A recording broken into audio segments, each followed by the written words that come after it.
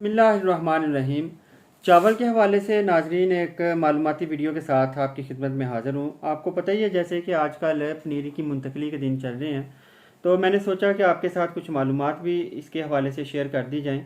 तो याद रखें, जब भी आप पनीरी मुंतकिल करने जा रहे हो खेत में, तो सबसे पहले ये करें कि जो पनीरी वाली जगह है वहाँ पे आप पानी लगा दें और 2 दिन पानी खड़ा रखें। उससे ये होगा कि ज़मीन नरम हो जाएगी और पौधे उखाड़ते हुए टूटेंगे नहीं और बड़ी आसानी के साथ निकल भी आएंगे। कुछ लोग जिंक और ह्यूमिक एसिड का इस्तेमाल करते हैं, जिससे ज़मीन जो है वो नरम हो जाती है और पौधे बड़ी आसानी के साथ बाहर आ जाते हैं और मुंतकली करने में आसानी हो जाती है। पहली सिफारिश तो ये होगी। दूसरी एक चीज़ ये भी है कि कद्दू की गई जो पनीरी होती है वो तकरीबन 25 से 30 दिन में मुंतकली के काबिल हो जाती है। तो ये ख़ास तौर पे ध्यान रखें इसका। जो खुश्क तरीका काश्त से पनीरी जो है वो बोई गई हो, वो तकरीबन 35 से 40 दिन लेती है।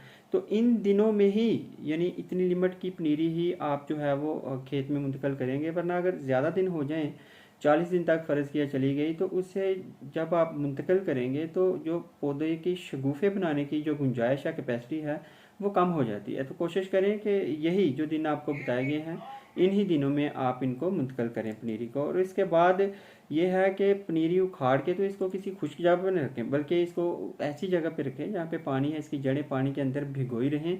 और उसके साथ साथ कुछ लोग फंजीसाइड का भी इस्तेमाल करते हैं, उस फंजीसाइड पानी में मिला देते हैं जहाँ पे ये पौधे रखे हैं। उससे बुकाइनी वगैरह और ब्राउन लीफ स्पॉट वगैरह की जो बीमारी है वो कंट्रोल में रहती है।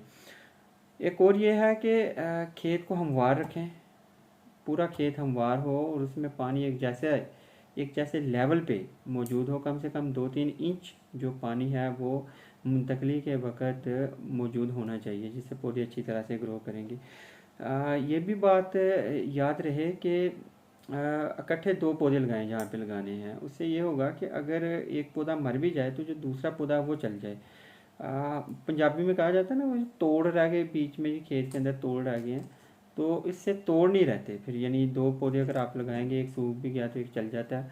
तो इससे ये भी होगा कि फ़ी एकड़ 80,000 सुराख आप रखें खेत के अंदर, और 1,60,000 पौधे जो हैं वो आपके खेत के अंदर आएंगे।